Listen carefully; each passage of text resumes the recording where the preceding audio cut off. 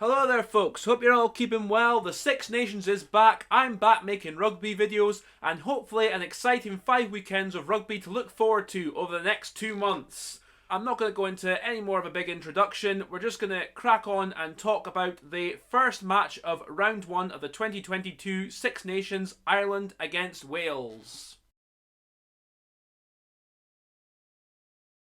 Ireland, of course, coming off the back of a fantastic autumn series where they beat the All Blacks and thumped Argentina, and they're going to be going into this game with a lot of confidence, I think. Their starting lineup shows 2 changes from the team that beat New Zealand, most notably Mack Hansen, the Connacht winger, coming in for James Lowe on the left wing, and Tag Byrne replacing Ian Henderson in the second row. Byrne coming in for Ian Henderson isn't much of a surprise, considering Ian Henderson hasn't really played since the November series at all, really. But Mack Hansen comes in, the former Australia Under-20 international, who's been in excellent form for Connacht this season, scored 6 tries in 9 games. He looks like a very good player from what I've seen of him. He's got pace, he's got a good step on him, he's capable under the high ball in the air.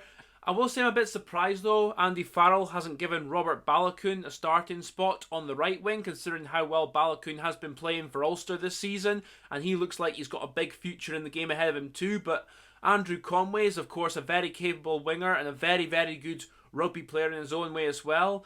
And it's also interesting to see that Farrell has stuck with Ringrose and Aki as the centre pairing. I'm wondering if that's because Robbie Henshaw is still not quite fit enough yet, because Henshaw I think would be the nailed on starter if fully fit, no doubt about that. But the way that Aki and Ringrose are playing and the way they played against New Zealand as well, they fully merit their places. And also interesting to see the young Ulster centre James Hume, who's on the outside back replacements for Ireland in the matchday 23.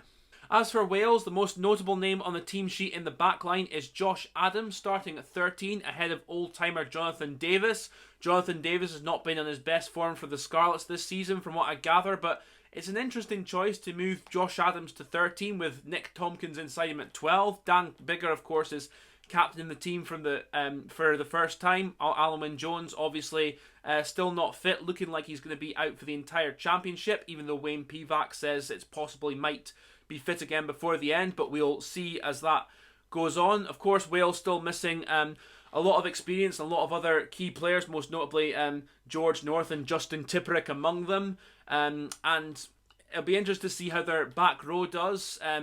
Caps wise, not looking the most experienced. Aaron Wainwright's normally a 6, he's playing at 8. Ellis Jenkins normally a 7, he's playing at 6, but they're both very talented players, and I think on their day they can be a handful for anyone. But I think the main area of attention for Wales has to be Josh Adams at 13. I will say, I think in an attacking sense, if Josh Adams gets enough space, he's got it in him to cause Ireland a lot of problems. As we all know, he's got very good footwork, he's got a good eye for scoring a try as well. But defensively, I think is where he's going to be. He could be really tested. And now I think as a defensive winger, Josh Adams is a very good player, excellent under the high ball, a good tackler, puts himself about and commits to a ruck when he can as well. But 13 is very different positionally.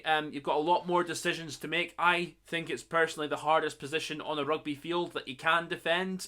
Again, so many different positions. You've got to know the right times of when to rush up, when to slide. You're almost making those calls yourself for both your inside and your outside back. So how Josh Adams is going to handle that, I don't know. I think he's going to be tested there, and Ireland playing the game plan they do. I think they are going to look to target him there. I wouldn't be surprised if they try to put Bundy Aki running down his channel, because Aki typically runs down the 10-12 channel. I wouldn't be surprised if Ireland have their moments where they switch him across to go to the 12-13 channel to target Adams and maybe get Ringrose on the outside, or get another supporting player on the inside, and work like that possibly, just to create a bit of space.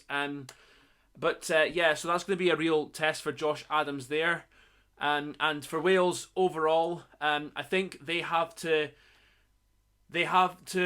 be disciplined, at the very least get parity up front, and also play with a bit of adventure, because one of the things that disappointed with Wales in the autumn, I has to say, is the lack of adventure, especially against South Africa, where even though they played very well for large parts of that game, they didn't.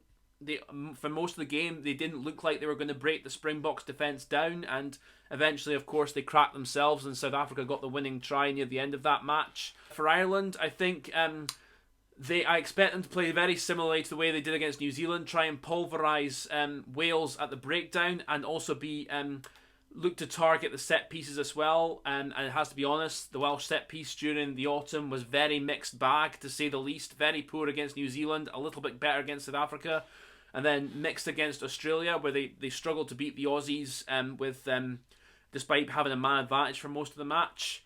So taking all that into account, I think you have to say Ireland are the favourites for this match. I think the main things with Ireland is they need to be accurate and they need to be disciplined, both in attack and defence. And if they are, I think they should have this game, because that was really what cost them against Wales last year, was going down to 14 men very early on. But if they can keep the full complement on the field this time, I think you have to say it then all comes down to how accurate and disciplined they are. And if they are that, then I think they should win. But that's just my thoughts there, and I do think Ireland are going to win. I'm going to predict Ireland to win this match by 7 to 10 points. I'll say that. But anyway, that's my preview for this game, folks. Thank you very much for watching. Take care of yourselves, and I'll catch you later on.